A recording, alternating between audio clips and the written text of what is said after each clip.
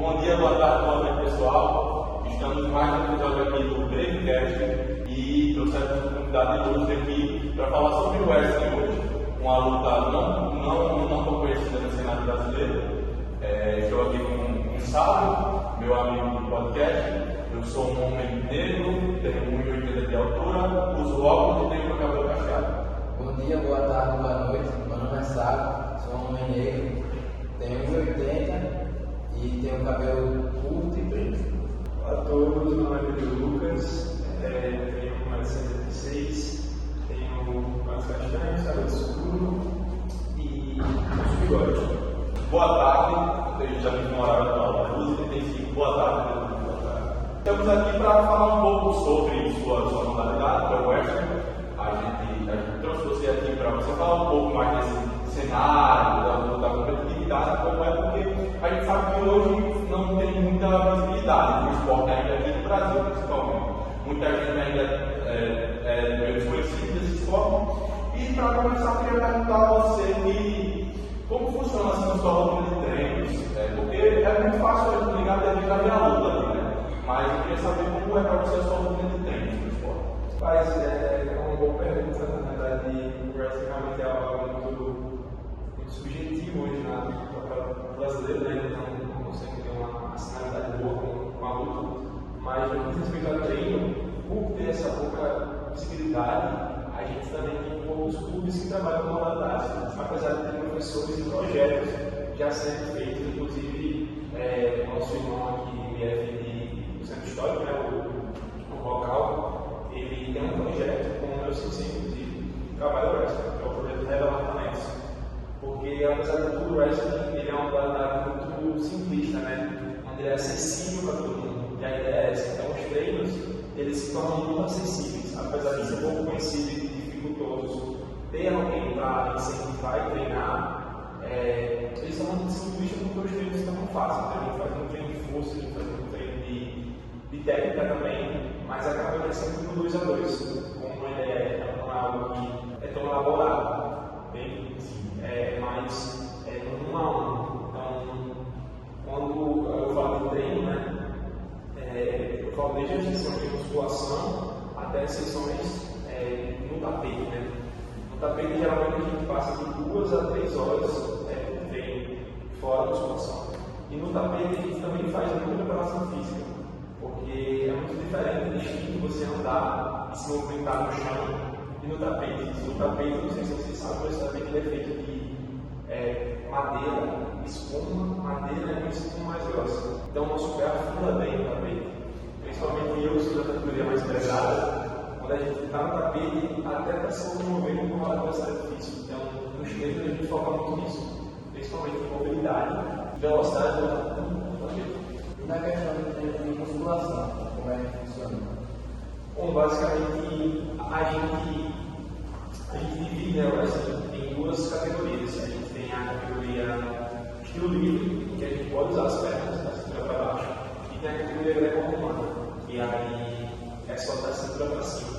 Por ser da cintura para cima, a gente precisa de muita força na perna, porque a base é muito importante. No quesito do livre, eu posso dar as pernas para atacar o adversário, só que na greco-romana não é só força de braço. Então, eu preciso muito ter uma boa base para continuar a pé e não a cabeça sofrer pontos, né? E a ideia é que na musculação a gente divida, é preferível, né? Que a gente divida o corpo por partes iguais. Só que eu tenho uma necessidade muito grande, né? Então, muito mais força na perna. Então, meus treinos superior são um pouco mais recorrentes. Treino peito e ombro, né? Mais do que perna, se você dizer. E como diversas lutas também, uma coisa que eu admiro muito na categoria ou a resistência de vocês. Porque se pega uma luta e na maioria, na grande parte das lutas, como todas, existe um gás, e todo momento aquele gás para você não sofrer pontos e para você fazer pontos, porque a todo momento você está usando a maioria da força do seu corpo. Né? Como funciona esse período de resistência para vocês? Então, o endurance, né, que é o tipo do treino de resistência, ele é um treino mais específico para a capacidade de carga respiratória. Só que muitas vezes, como você falou, a gente não somente usa capacidade de carga respiratória. Existe um momento na se eu não conseguir com êxito nem ameaçar fazer um ataque ao adversário, eu vou essa facilidade. Essa facilidade tem que defender o adversário e às vezes não consegue reverter a situação. Então a gente passa pelos 3 minutos inteiros só para defender. E aí essa preparação é feita nada mais nada menos do que no tapete. No tapete a gente passa lá 1 hora, 2 horas fazendo às vezes exercícios diferentes, mas com funcionalidade. Um exemplo deles é o de ficar pulando, né? A gente pula muito justamente para ter essa capacidade de explosão e resistência ao mesmo tempo. Então a gente pula uma corda, pula o próprio colega de treino, né? Em posições diferentes, ele com a perna esticada, com o braço esticado à frente, a gente passando por baixo, subindo, voltando, para justamente ter essa condição de controlar uma luta de 6 minutos. O treino é muito importante, né? Com essa preparação toda, qual foi a sua preparação dela? Mas, atualmente, eu estou competindo na categoria adulta, né? Eu acabei de fazer 22 anos, então no wrestling a gente não tem divisão depois de 22. Fez 21 anos, fez 21, compete sub-21. Fez 22, já compete adulta. Então todas as categorias que eu estou são adultas. E hoje no cenário atual, como eu falei, né? Existe uma pouca visibilidade do wrestling. E hoje o que a gente tem é o CBI, que é o Brasileiro de Interclubes, e os campeonatos universitários, que é o meu caso. Eu me graduei na educação física licenciatura pela FRN e eu também compito pela própria FRN. Cheguei no CBI, cheguei aí para alguns campeonatos de beach wrestling, que é o que era da linha da modalidade, mas hoje os principais eventos que eu vou é no Júpiter, que é o universitário brasileiro. E apesar de questão pesagem assim, como funciona? No dia da competição ou um dia antes? Então, geralmente essa ligada para que seja um dia antes, porque a gente entende que o peso varia muito, né? Se eu for dormir, existe toda a questão da hidratação, da retenção de líquido, aí quando você acorda de jejum, pelo menos você já acorda mais leve. Então você tem que saber trabalhar bem. Só que também tem as pesagens por intervenção.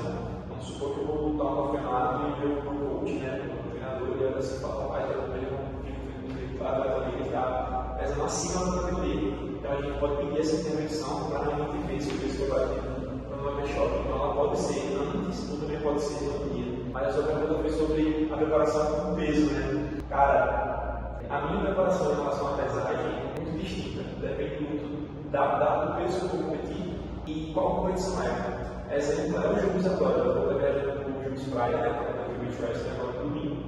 Agora, nesse momento, pode fazer 72 horas que eu consigo comer. Mas não é só sem comer, é toda a preparação que eu faço. Eu passei um mês aumentando o volume de treino para não perder tanto músculo. E minha alimentação nesses 3 dias, ela se conteve apenas líquidos, né? Sucos, chás. E aí, a partir de amanhã, eu já começo a introduzir as comidas normalmente. Almoço cheio, jantar cheio, tudo cheio. Mas hoje inclusive já, eu vou estar saindo daqui e vou estar fazendo a minha refeição nesses 3 dias, porque é a forma que eu encontro de perder peso mais fácil. As categorias do wrestling, elas são muito diferentes uma das outras. E principalmente quando a gente vai para o beach wrestling, porque existe o wrestling no tapete e no beach. No beach, que é na praia, a gente tem a diferença muito grande. Normalmente o wrestling tem 7 quilos. No beach wrestling, a categoria é abaixo de 90.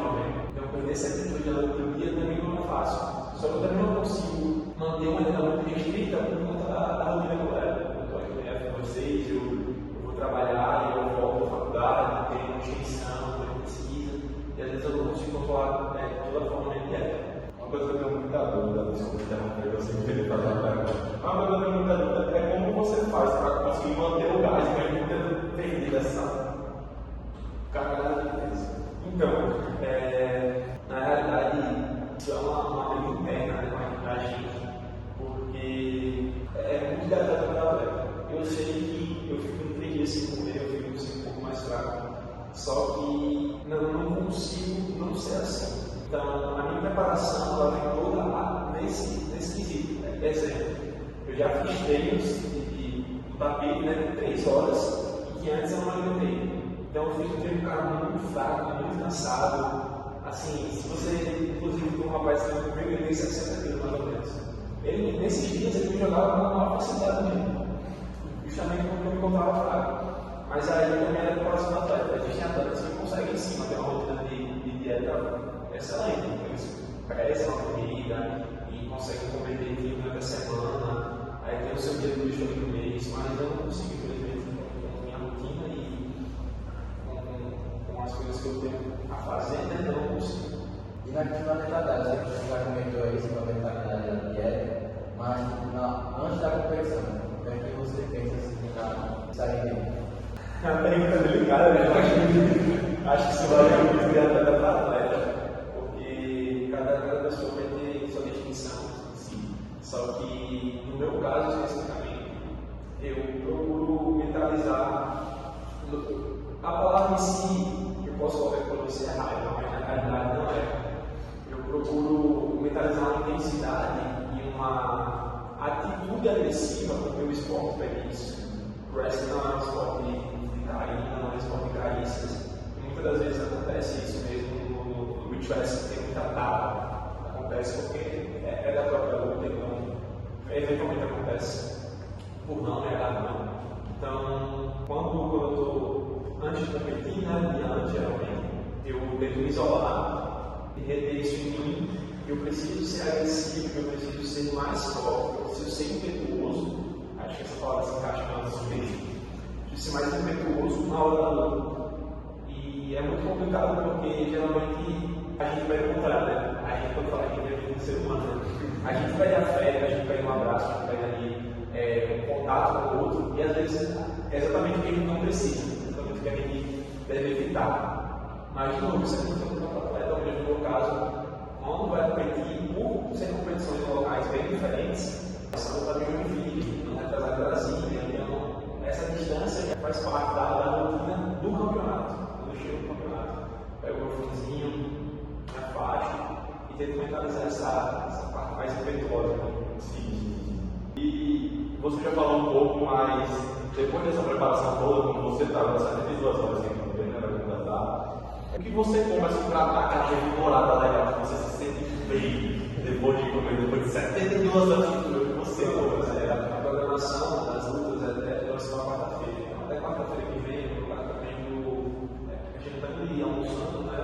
O básico, arroz, feijão, proteína, uma carne de frango. Só que passou a luta da quarta-feira, eu vou no rodízio. Gosto muito de rodízio de massa, então enche mesmo e sabe o rodízio mais sempre facilmente. Porque existe o que a gente chama de efeito rebote, né? Eu, quando estou saindo de 97 para os menos de 90, eu estou perdendo peso assim, sem precedentes, né? O corpo ele não consegue reagir a tempo adequado para isso, não se prepara. Então, eu ganho peso muito mais fácil nessa fase de rebote. Eu volto dessa viagem agora mais simples, facilmente. E para finalizar, o que foi que me motivou a começar a praticar wrestling? A pergunta essa aí é bem mais complexa do que eu gostaria de admitir. A realidade é que eu sempre fiz artes marciais. Eu sofri apoio quando eu era mais novo e a saída que meus pais tiveram para me manter bem e ao mesmo tempo poder reagir às agressões que eu sofria era colocar no karatê. E aí eu tenho uma história no karatê são mais de 16 anos dentro do esporte, mas o karatê ele é um esporte muito complexo. No meu caso, que sou pesado, ele é um karatê um pouco visto por aí, né? E o agravante é que o meu estilo de karatê ele era o tradicional, que com o advento das Olimpíadas, ele trazendo o karatê no cenário das Olimpíadas, ele reconfigurou. Então hoje a gente tem um karatê olímpico que é muito diferente do que eu fazia. E nesse eu não consegui me destacar. E aí eu já tive contato com as artes marciais, junto com o karatê, o judô, a capoeira, o jiu-jitsu, que é uma modalidade um pouco conhecida aqui. Cheguei aqui e meu sensei de judô, ele começou esse projeto do wrestling através de uma parceria com outros judocas da Paraíba e do Ceará. A FPJ veio consolidada nisso, né? A Federação de Judô veio unida. E aí esse projeto começou e eu vi a oportunidade de entrar quando meio que aceito do JUP, né? No Jogos Universitários Brasileiros, que é novamente o meu mais destaque hoje no cenário atual, me mantendo no quarto lugar no nível nacional e tentando galgar ainda mais alto no pódio. Mas começou assim, começou com a saída, na realidade, uma busca por ainda competir. Competir é o que me motiva de verdade. Eu gosto da rigidez quando eu estou dentro do tatame, do tapete, quando eu estou competindo não só com o adversário, mas com o mesmo. São mais metas minhas do que do outro. Quando eu me coloco nesses desafios, eu me sinto muito bem. Então, a necessidade surgiu a partir disso. Eu queria competir e eu tenho um esporte que eu já me era familiarizado, que é o judô. Então, o judô do wrestling foi uma migração bem tranquila. Que bom. Enfim, a gente vê como a gente está num mundo que às vezes a gente se mete em bolha, né? E trazer à tona um novo esporte, uma nova categoria, um novo estilo de luta é algo bem importante para a gente sair um pouco da nossa bolha. Né? Mas enfim, pessoal, esse foi o podcast de hoje.